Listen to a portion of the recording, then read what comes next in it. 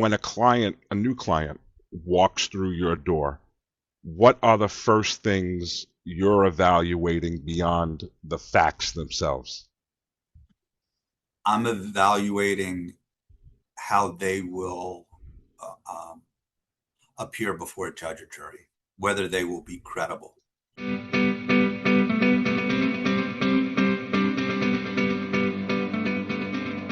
Welcome back to another episode of the Top Attorneys of North America podcast. Today's guest is no stranger to our audience. Joining us once again is Daniel Hammerschlag, partner at Chase and Hammerschlag, one of Maryland's premier personal injury and medical malpractice law firms. Dan brings more than 3 decades of experience representing injured individuals and their families, and he has built a reputation for thoughtful advocacy, meticulous preparation, and an unwavering commitment to achieving justice for his clients. During our first conversation, we explored his journey into law and the philosophy that has guided his remarkable career. Today, we're taking things a step further. We'll discuss what 30 plus years in the courtroom has taught him, how litigation has evolved, the challenges facing today's legal profession, and the lessons that only experience can provide. Dan, welcome back to the show. Thank you for having me. Uh, it's been about 7 months since we first sat down. Grace was with us last time. Since your last appearance, what has been keeping you busiest professionally? It's more of the same, Sal. It's litigation and keeping up with files and cases and clients and, uh, just doing the everyday work that is required of a lawyer. A lot of it is administration and preparation and just making sure you you stay on track because it can get overwhelming. Yeah, understood. Now, I know, and in our introduction, I said that you've spent more than 30 years practicing law. Does the profession still surprise you? Every day. And in fact, I joke about it with other lawyers and sometimes people from insurance companies, and that no matter how much we see, there's always something new. I mean, 30 years is a long time. Is there something about practicing law today that you appreciate far more than you did when you first started out? I wouldn't say appreciate more. It's just I appreciate my situation better now. It's any business when you're young and you're starting out, um, especially commission-based businesses. The pressure is getting clients and getting enough business where it snowballs and you don't have to do a lot of the things that you don't want to do. And when I was younger, because I had no referral sources or anything, I had to take on a lot of cases that weren't the best just so I could get the experience and get some clients. And in my first 10 years, I was getting beaten up in court a lot because, again, I was less selective, I guess is the best way to put it. Yes, sir. If you build it, they will come. Now, 30 years later, you have that referral base, you have that reputation. If someone shadowed you for an entire week, what do you think would surprise them the most about your day-to-day work? Just how hectic it gets. I mean, all the calls, uh, because I'm not a major TV advertiser. I I have to have, and we're a small firm. We have to be available for our clients. A lot of the bigger firms that you probably see, the Morgan and Morgans of the country that have thousands of employees, it's different. I have to be there, and all my clients have my cell number. So I could be on my landline. I could have my cell phone ringing. I getting emails. So when it's hectic, it's really it's crazy. You alluded to, just to go back to something that you said, when you first started out, the first 10 years, you weren't that selective. You got beat up in court sometimes. Looking back, what has been the biggest turning point in your legal career? When did that change? Just learning what I needed to do to be properly prepared for each case. I had a little bit too much confidence when I was younger, and I would. No, sorry, I apologize. I believed I could wing things more, and you can't do it. When you go into court, you're going against experienced lawyers and lawyers who, in my case, are working for insurance companies, so they're very well prepared. They've got a lot of money behind them and a lot of litigation support. Excellent. And I'm glad that you answered the question that way because I did want to segue into the mind of a trial lawyer. Uh, when a new client, walks through your door, what are the first things you're evaluating beyond the facts themselves? Evaluating how they will uh, um, appear before a judge or jury, whether they will be credible. I find that if I like them, because in any walks of life, law is one of them, but likability is everything. And these cases, as much as I want to say are about me, they're really not. They're about my clients, and they have to come across well. They have to be likable. They have to be nice. They have to be somewhat well spoken. Otherwise, uh, they will not be successful. That's And interesting. I'm on contingency fee, so I have to make that decision really quick, and I have to do that pretty much within the first 15 to 30 seconds of when I'm talking to someone. Otherwise, I'm just wasting time. I'm wasting my time and their time. Would a really serious injury trump that mindset? Uh, it can.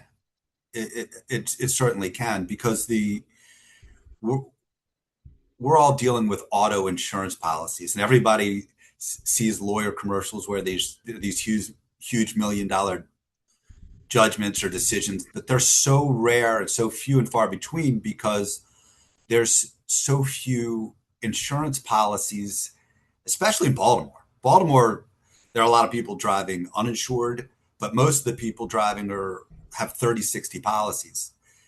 And so getting back to your question, if you have a really, really big injury, it doesn't matter what your personality is because there's going to be so much pressure and risk for the insurance company. They're going to offer up that 30,000 or 50,000. Yeah, When you get to the $100,000 and $300,000 policies, yes, there's more risk of a trial and depositions and all that, and they've got to come across well. But if you've got a big injury, you're gonna get paid. yeah. Again, why underinsured motorist insurance is important to have. Well, in Maryland, it's guaranteed. Well, uninsured is guaranteed. Underinsured, yeah, there's not a lot of it because again, very few people have more than a $30,000 policy. But it, I agree with you. It helps to have 100 because if you have any form of serious injury, you're screwed. Yeah. Let me ask you this, Dan, because I like the way that you answered that question. That the person has to be likable, he has to present well. How much of your decision making today comes from instinct versus experience versus evidence? Well, I would say it's pretty much both. Um, the experience gives you the insight as to whether you have a good chance of proving your case. The instinct goes to the likability as to whether this person would make a good witness. For the attorneys that do listen in, what's one mistake less experienced attorneys often make when evaluating a personal injury case? Not getting all the facts. You really need all the. I mean, I have it on cases, that even today that came in where again, because we're contingency fee and we have to make decisions fast. And it's hard to make these decisions when you don't have all the information. And, you know, now I'm getting cases where, again, cases today where people are sending me pictures and evidence a week later, and I'm learning their case isn't what I thought it was when I first signed them up. And it's a real problem because I've invested time, my staff has invested time, and I've referred them out to medical care that the doctors have invested time and costs. And it puts me in a bad spot and makes me want to stick with it and fight it out. But ultimately, if you're in a losing battle, that's the wrong kind of snowball. Obviously, you're a people reader. You want to try and not only read the evidence, read the person. Do you have a go-to question that you ask your clients that often reveals something important? Before I do anything, I just want to know their version of what happened. And then I can, so I'm not asking their name, their address, their social, because I don't want to waste any time. I'm going to ask what happened. And if I can visualize their case and think it's winnable, then I go through and get the rest. Yeah. Because generally, to do a proper intake takes 15, 20 minutes. There's a lot of details because when we set up claims with the insurance companies, that takes 45 minutes often because they have a lot of information they need to get. And I am not going to put a client through that if I don't think their case is winnable. You'd mentioned something that caught my ear again. You work on contingency. A lot of time gets invested. How important is patience when it comes to personal injury litigation?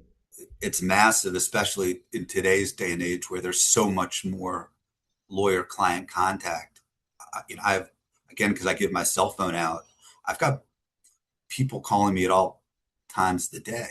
Now, the good aspect, it allows more freedom. I don't have to sit in this chair 24/7.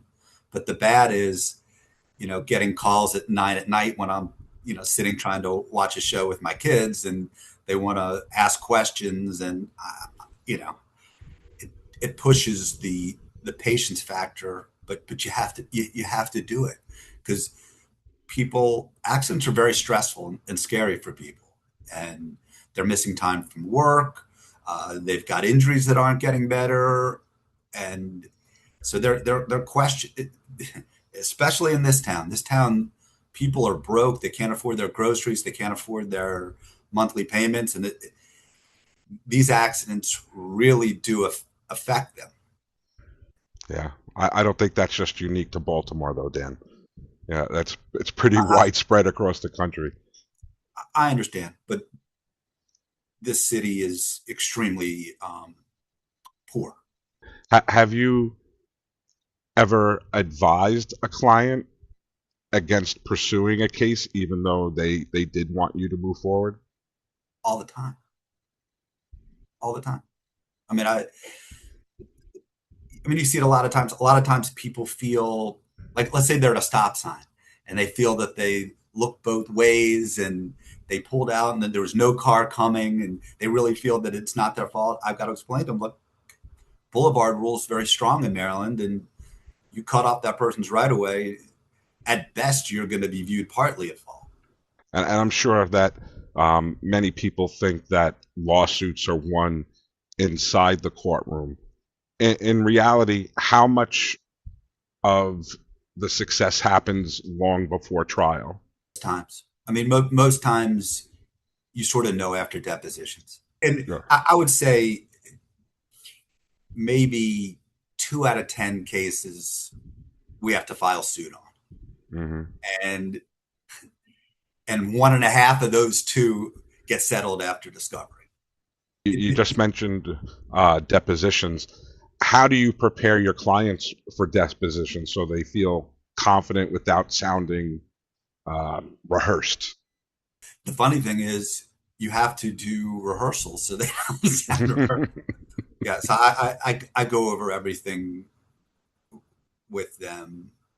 several times and just try to get them comfortable with the questions that I know they're going to be asked. And really,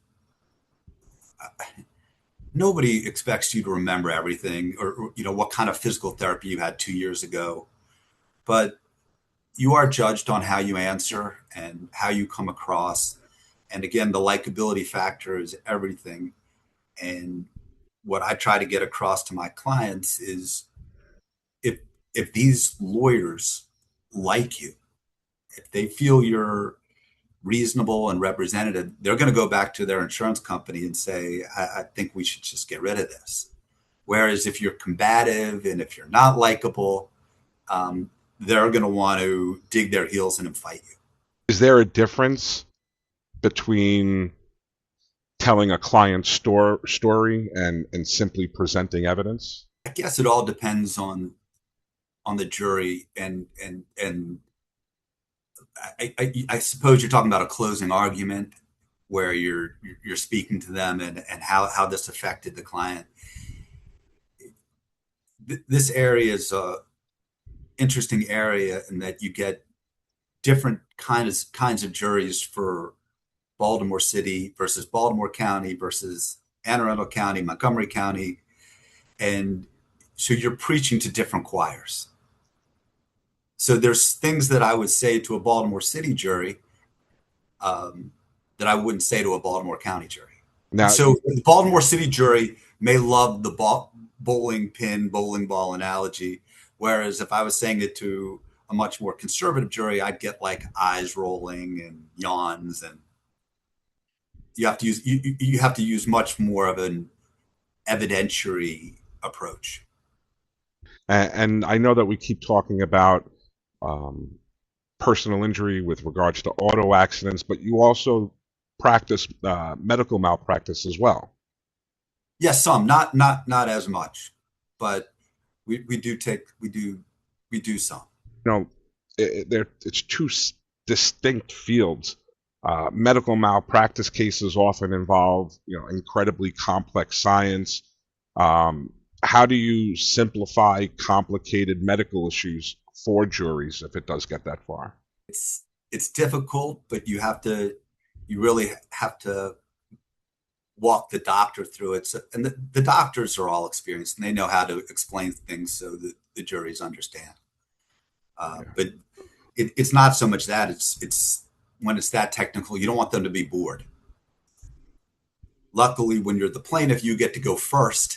So when the defendants go, they're probably bored by that point. So I do get a break with regard to that. But we're a smaller office, and medical malpractice cases are extremely expensive. And so the reason why I say we don't take a lot is we have to be extremely sure it's a winner before we invest that kind of, I'll say it's financial risk. Mm-hmm. We're not in a position where we can lose, $50,000 to $75,000. Now I know all my opponents are listening to this and they're like, well, let's run it up on Hammerschlag. But it's just they know it. That cost involves what? Expert witnesses? That's the biggest cost by far. Yes, sir. Because doctors and their time, it's tens of thousands of dollars. And you did say that your clients come to you after life-changing injuries. How do you help them focus on the legal process while they're dealing with that emotional trauma? You have to get them to be patient. The toughest thing is when they're out of work and they can't pay their bills. And, lawyers aren't allowed to give clients loans so you feel bad and you want to be the solution for them. But you just have to get them to understand that these cases are lump sum and they come at the end of everything. And you need the medical care to run its course because you don't know the value of the case until it does. That being said, what's the hardest conversation you've had to have with the client? I guess it's more explaining to clients that they don't have a case when they think they do, or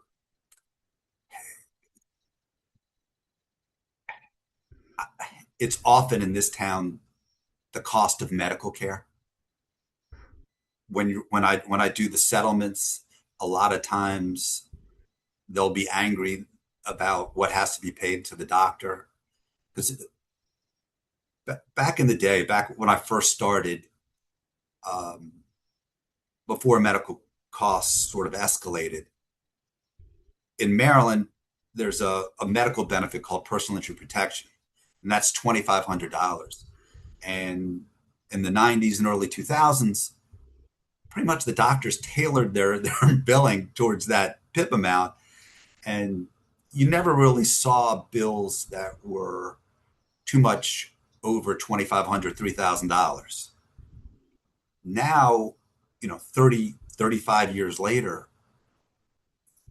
the billing is between $5,000 and $10,000, but the PIP limit hasn't changed. And a lot of the clients are like, why didn't my PIP cover it? And I'm like, well, it covered 2,500 of it.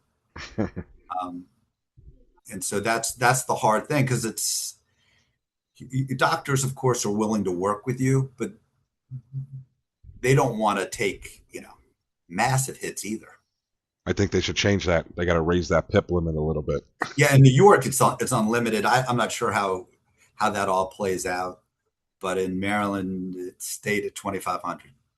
Yeah. Conversely, what's one of the most rewarding phone calls you've ever made to a client? I'd spoken about it in the last podcast where I had a friend's child get severely burned, and to be able to call him and tell him that they were offering their commercial policy limit, which was substantial, was good for me, because it's not only coming through for a client, but I was coming through for a friend and for his daughter. So I was glad that they could at least have. They'll never have emotional relief, but at least they could have some financial relief. Yeah. And, having you on the first show, having you on today, you keep speaking about it as well, the likability factor. You're a nice guy, Dan. I could tell that you really care, you have compassion, you have empathy. Do you think that empathy is something that can be taught, or is it something that attorneys either have or they don't? It's a good question.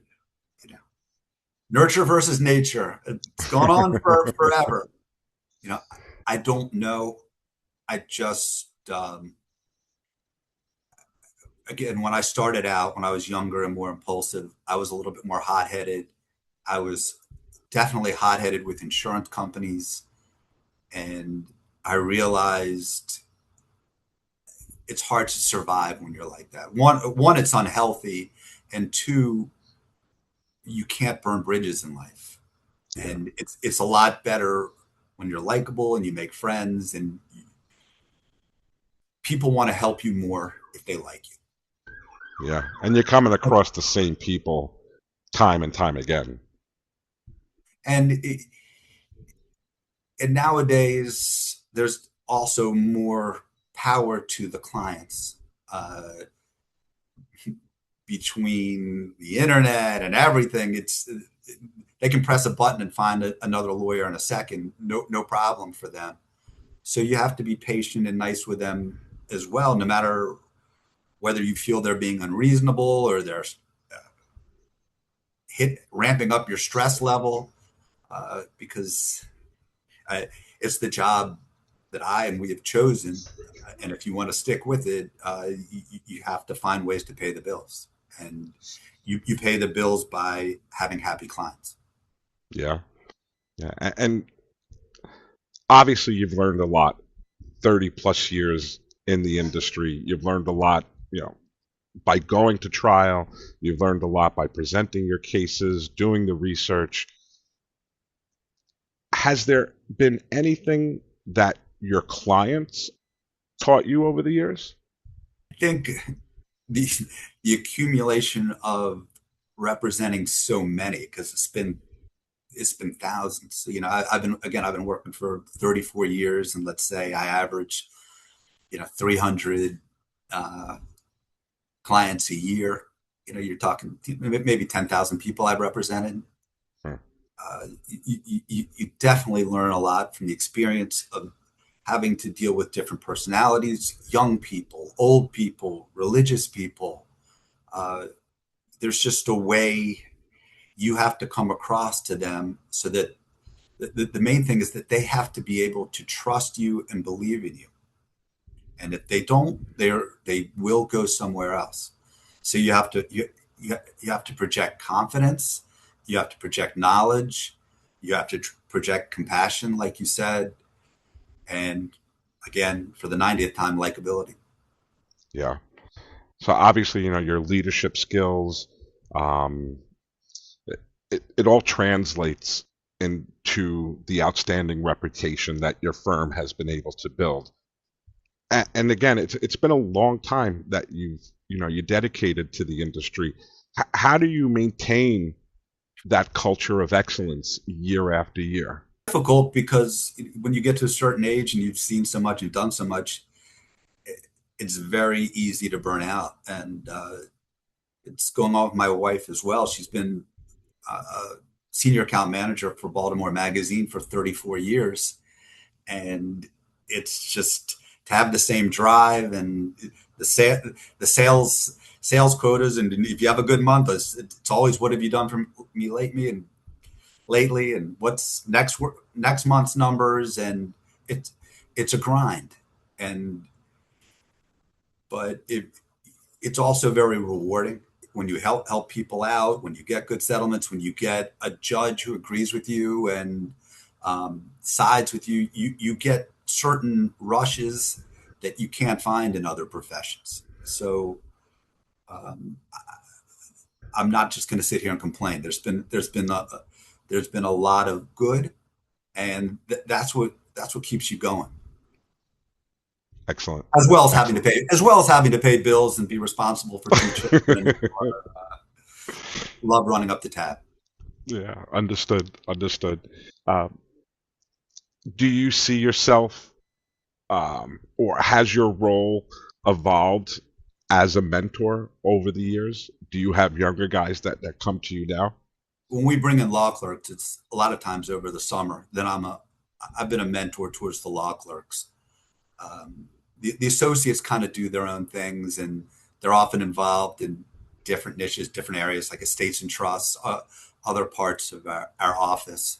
I've never brought in another lawyer to work for me doing what I do. It's just me and Grace. Hmm. Even in the courtroom, you've earned that reputation. Do you have other guys coming to you saying, "Hey, Dan, what do you think of this?"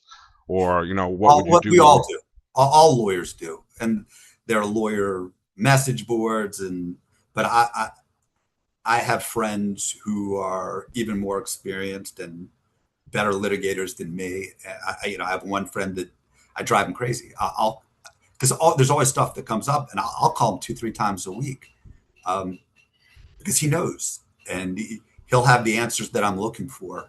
And I, I feel lucky and blessed to have access to that. Yeah, and you just mentioned Grace. Um, how important has your support staff been to the firm's success? And do you think, all this talk of AI, do you think that's going to change? Inevitably, yes. I haven't gone to that yet, but you sort of have a two part question. The first part had to do with Grace and staff, and sort of like an athlete after they win, you got to learn to thank your teammates. Yeah. Yeah, it takes teamwork. There's no way I could do it by myself. And Grace is awesome at what she does, and she's invaluable to me. The problem is she knows it. In terms of AI, I haven't done it yet. I have friends that have done it, and they've told me the costs, and and they have, it's sort of sad, but they have saved money by reducing staff because they don't need a lot of the staff anymore. The AI does all the memorandums and the motions and the court pleadings, and they don't need people to do that anymore. So Yeah, well, it's going to change. It's going to change for the it's whole world in the next 4 or 5 years. yeah, it's definitely becoming a major topic in law. In fact, I was reading that by signing off, even whether you're the petitioner or you're on the other side, by signing off, you are agreeing that the information presented is correct and not an AI hallucination, which unfortunately, you're reading a lot about that. But I do want to ask, you know, because you will have to obviously adopt the technology. Um, how do you think you'll be able to balance that type of innovation while still maintaining the personal relationship that that the clients expect? I think everybody realizes that the world is changing, and I think that the clients get it as well. They get some benefits of the easy access through cell phones and emails, but there's other things that are hugely different, and it some of that was a result of COVID. I mean, my business was very much in person before COVID. If I wanted a new client, they had to come in. If I had a pretrial conference, I had to go to the courthouse. If I had to do a postponement, I had to go to the courthouse. Depositions, we're in a conference room with the other lawyer and a court reporter. Now everything is done by Zoom. Most of my clients, I sign up through DocuSign, and they don't have to come in. In fact, I had to meet a client for a business meeting a couple of days ago, and we were laughing because it was almost like a blind date because I'd never met her before in person. Yeah, COVID was definitely a sink or swim moment for many older attorneys. Some personal friends of mine, were I think they were like in their 70s, and they just had a tough time making that technological shift. And now everything, My, my, everything is done through the computer, and you know, some of them never ever recovered, our and that's head why. partner, our head partner Harry Chase never returned. Hmm. Um, so he's still available, but he has not really been in the office since the spring of 2020. Let's focus a little bit for the attorneys that do listen, and especially the younger ones. Your first video, your first podcast with us was viewed over 37,000 times, which is amazing. So It was all I because know. of Grace. Let's give some words of wisdom, some pearls for the younger attorneys that do follow. What have you learned about leadership that law school never teaches? Well, law school is never going to teach you about leadership. Law school is going to teach you about the law. It's tough being a boss because you're responsible, and you're responsible for what your employees do, and there are certain, and especially different generations. I'm coming across as an old man, but I guess I am. I'm pushing 60, and my partners are in their 80s, and my office manager, is in 60s, and we came from a time where you showed up around 8:30 and you worked 40, 50, 60 hour weeks, and it's not that way anymore. There's so many people working remote, and Grace can do a lot of work from home at times, and it's not as much an in-person experience. So it's hard to manage when people aren't around you all the time. You have to have a lot of you have to find ways to employ people that you trust. And if you don't trust them, especially if they're not always going to be in under your your visual inspection and all that, then you're in trouble because the work has to get done. The clients are very demanding. They're very needy. They don't want to hear any excuses. They don't want to hear from me that Grace was sick or a kid was sick or needed to go to a doctor appointment. They just want to know when is this going to get done so they can get their bills paid. Yeah. Personally, I would want an older attorney, one that has uh, uh, honed their people skills, which is something that these younger guys I think are lacking now because of obviously that technological shift that we've seen. There are pluses and minuses for both. The younger attorneys are hungrier and law school is fresher in their minds and all these things. Older, you tend to the burnout is a real problem, especially if you've been in a high volume business. And like you said, 300 cases a year, 30 plus years, nearly 10,000 clients. But what's one courtroom habit you've developed over the years that younger lawyers should adopt? I think circling back, it's the preparation. It's You have to go in feeling good about your approach and what you're trying to prove and what you're going to say because you're being judged as much as your client, and nobody wants to hear somebody who's stumbling or objecting and not knowing what they're objecting to. And you have to come across well because in a sense you're a salesperson. You're selling this person and their story, and they're relying on you to sell it well. And if you're not prepared, uh, it you could be naturally talented, but it's still risky. It's very risky, and would in all walks of life, whether it's football or anything, you're trying to minimize as much risk as possible. Yes, sir. Yes, sir. And you mentioned burnout. You brought up your wife working 34 years with the magazine. Um, you have to keep it fresh. Um, what excites you the most about the future of your practice? I think it just depends on getting the clients and cases that I like, that I feel proud about, that if I have to go to court, I feel like are winners. Because not nothing is worse in life, again, whether you're an athlete or a lawyer, uh, than losing. And you feel it in this profession more than other professions. I guess like a doctor, you could lose a patient, but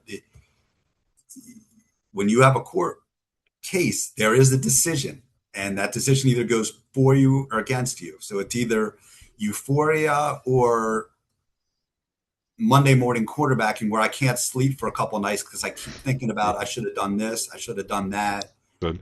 Do you have any concerns about the legal profession?